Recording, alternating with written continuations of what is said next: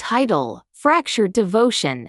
Episode 1. The first time Sloan saw Asa Jackson, he was leaning against a polished black BMW beneath the buzzing orange glow of a suburban street lamp. Midnight had draped itself over the quiet cul-de-sac like an invitation, and Sloan, desperate and haunted, answered without hesitation. She'd heard whispers of him, his empire built on contraband, whispered even in the urgent hush of hospital hallways where she'd spent her pennies scavenging for her brother's care. When he called her name that night, his voice was silk and steel all at once, and he promised more than relief, he dangled salvation. From the moment they spoke, Sloan sensed she was standing at a precipice. Beneath her, everything she had known her. Scrabbling hours at the café, her borrowed textbooks, the smell of antiseptic in Brother Jake's hospital room seemed suddenly unreal, something from the past she could shed. Asa offered a check with a 7-figure sum in exchange for a single night's company. He called it an investment.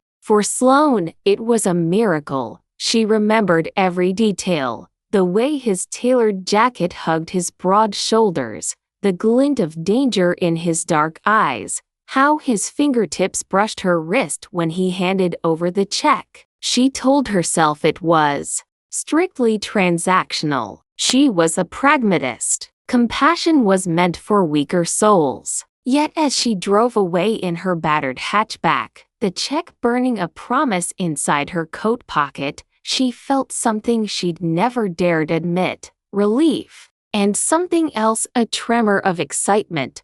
Over the following weeks, Sloan visited Asa's estate on the outskirts of town. A sprawling mansion, it loomed like a sentinel behind wrought iron gates, its windows dark and watchful. Asa treated her to champagne sunsets on the veranda, whispered half-truths about a childhood lost among foster homes, and offered her an escape hatch from her brother's mounting medical bills. She found herself laughing, the tension in her shoulders uncoiling for the first time in months. Yet even as they danced around each other in lavish isolation, Sloan sensed an undercurrent. Asa's gaze lingered on her too long, eyes narrowing. When she glanced away, his compliments sounded more like claims. "She's mine," they seemed to smolder. At night, Sloan would wake with a jolt, heart hammering, convinced she'd heard his voice whispering through the door. "You belong to me." She dismissed it as nerves. After all, her brother's survival depended on her resolve. But resolve has a fragile backbone. One afternoon, Sloan returned to the mansion to find Asa waiting in the courtyard, an envelope in hand. His grin was too precise, too pleased. Inside was a single photograph, Sloan in her favorite café, perched behind a latte, scribbling lines in a battered notebook. She hadn't told him where she worked. She hadn't told him anything about her life beyond the mansion walls. "You left this," he said softly. "I thought you might need it." Her chest tightened. "How did you?" "As I said," he replied, sliding the photo into his pocket. "I care about the details." That night, Sloan lay in the guest suite, its sprawling bed and silk sheets a luxury she'd once dreamed of. But a cold knot of fear twisted in her gut. She realized with a jolt that Asa knew everything about her, all the fissures in her life, every scar she'd hidden. She had surrendered her secrets in exchange for money. Now, she was raw. Back in the city, Sloan resumed her routine, early shifts at the café, evenings spent by Jake's bedside. Every new check from Asa eased another medical crisis. She stuffed envelopes of cash into her sock drawer, convinced she was smart enough to keep her world separate. Yet she'd find herself scanning the street for a black BMW when dusk settled, heart racing at the thought of his return. It was on one of those dusky evenings that Carter walked in. He was tall, impeccably dressed in a charcoal suit despite the cafe's milky fluorescent lights. His gaze searched the room with such intensity that Sloan felt exposed, as if he could see her hidden debt statements, her guilt, her trembling reliance on dangerous money. He ordered a tea Earl Grey, with a twist of lemon, and when she handed it to him, his fingers brushed hers. A spark ignited, sharper than any spark she felt with Asa. For Carter, that night was a stakeout. He was deep undercover, combing the city's underbelly for a thread leading to Asa Jackson's network. When he spotted Sloan, her haunted eyes told him everything he needed to know. She was the fulcrum tipping the scales between his mission and her peril. Their conversation was polite, professional, yet beneath the surface, an electric current pulsed. He asked her about her brother. She offered a guarded half-smile. He believed her.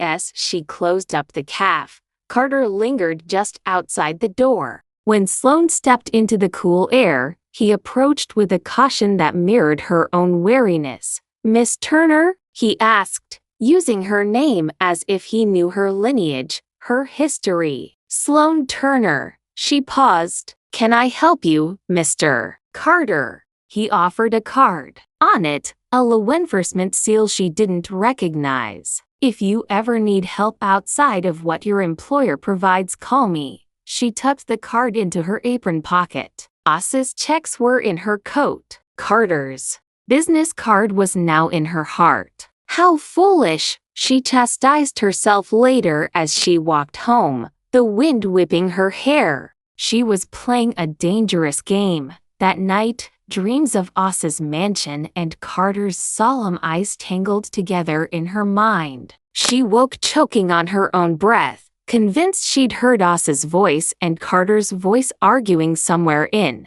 the darkness of her bedroom. The next morning, Sloan strode into the hospital, determined to visit Jake. He lay pale and silent in the crisp white room, wires coiling around his frail body like cruel adornment. She sat beside him, brushing his thinning hair. "Big day today," she whispered, as if Jake could answer. "I got a big deposit yesterday." His eyelids fluttered. A twitch, then nothing. Sloan held his hand, blinking back tears. She'd already outlived the money's power once, and she would outlive it again. But something had changed. The thrill of Asa's attention felt hollow. Carter's worried gaze felt genuine. Later, Sloan returned home to find the envelope on her pillow. A single sheet of paper with 2 lines typed in black ink. "We need to talk." "Tonight?" "The mansion."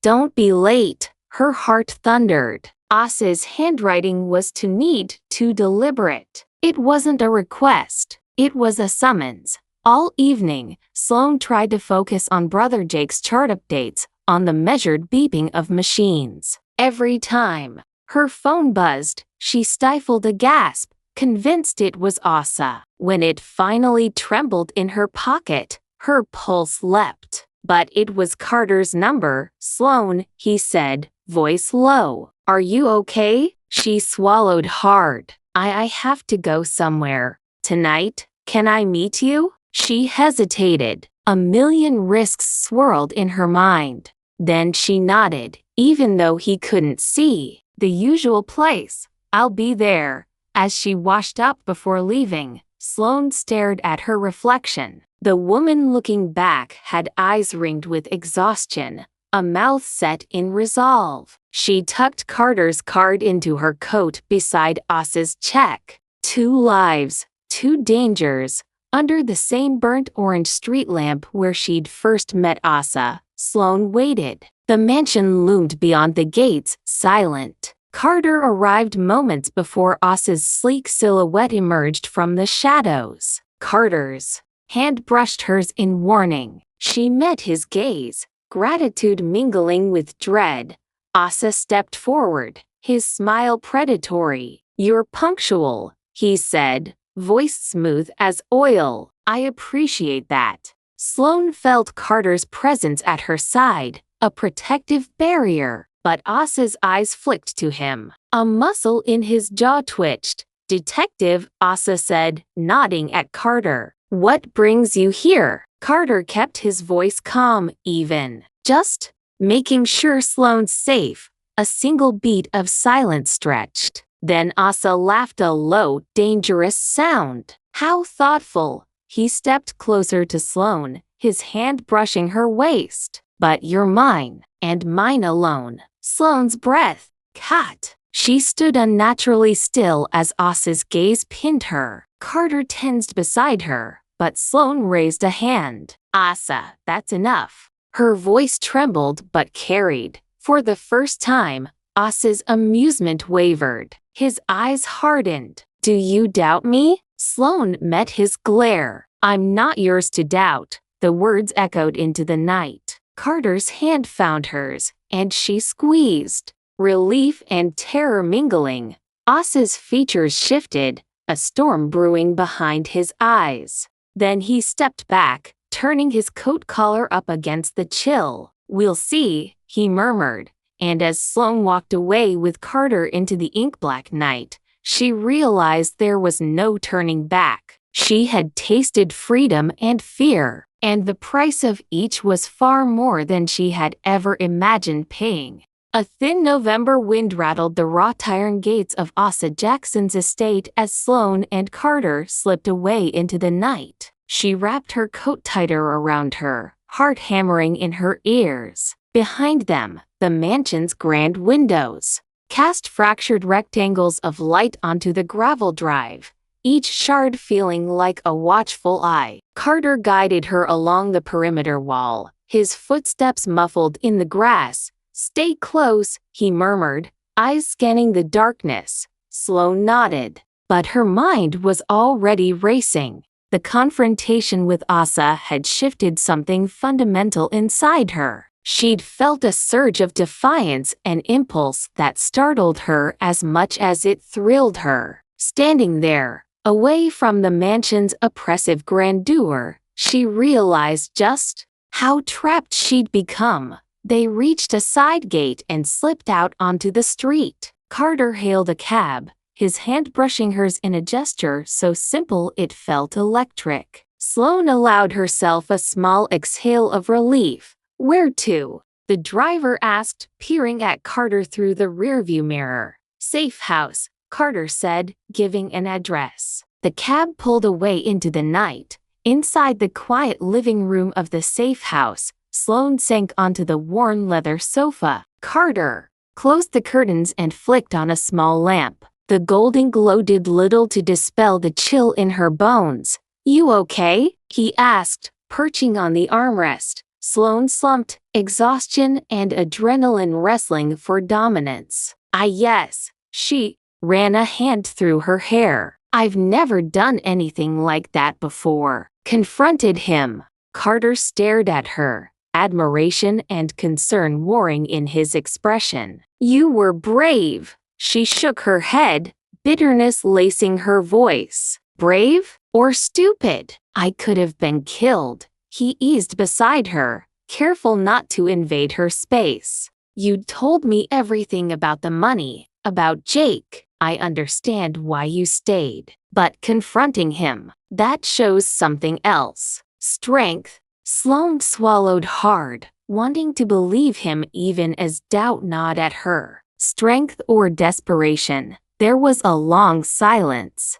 Outside, a siren wailed in the distance, another reminder of the world she was trying to outrun. Carter put a hand on her shoulder. "You're not alone in this. Not anymore." Her chest tightened at the implication. "You have no idea what I've done for him." He met her gaze. "I want to." Sloane's pulse quickened. She could almost say the words, "I want you to," but she tightened her lips. Instead, she leaned back against the sofa, closing her eyes. Carter watched her, the lamplight tracing the contours of his face. She noticed for the first time how tired he looked, dark circles under his eyes, a tension around his mouth that spoke of sleepless nights and constant vigilance. "I should get back to Jake," she murmured at last. He nodded. You need to know he's okay. Sloan stood, smoothing her skirt. Carter rose with her. They reached the door, and for a moment, neither moved. Carter's hand hovered near hers. When this is over, he said softly, will you let me take you somewhere safe? Somewhere you choose? She stared at him, heart lodged in her throat. A sudden crash outside made them both whip around. Footsteps pounded on the gravel driveway. Carter lashed out at Sloane's wrist. They're here. Without a word, they raced into the following room and slid behind a pair of heavy bookcases. Sloane's pulse thundered as she crouched beside Carter, listening. A car door slammed. Then, another. 2 men, a voice said, deep, gravelly. Search everywhere. Another voice, unfamiliar. They couldn't have run far. Sloane pressed her back to the wall, hands shaking. Carter pressed a finger to his lips, unspoken instructions. To stay silent. The men's voices drifted closer.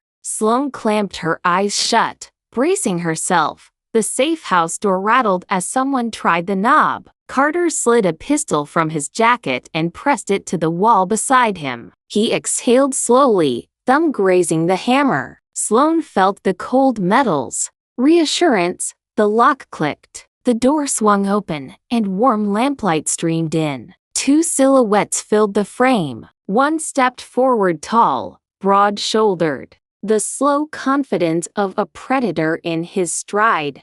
Asa Jackson, Sloane's breath caught. Behind him, a second man, flush-faced and agile, swept the room with a flashlight. The beam landed on the bookcases.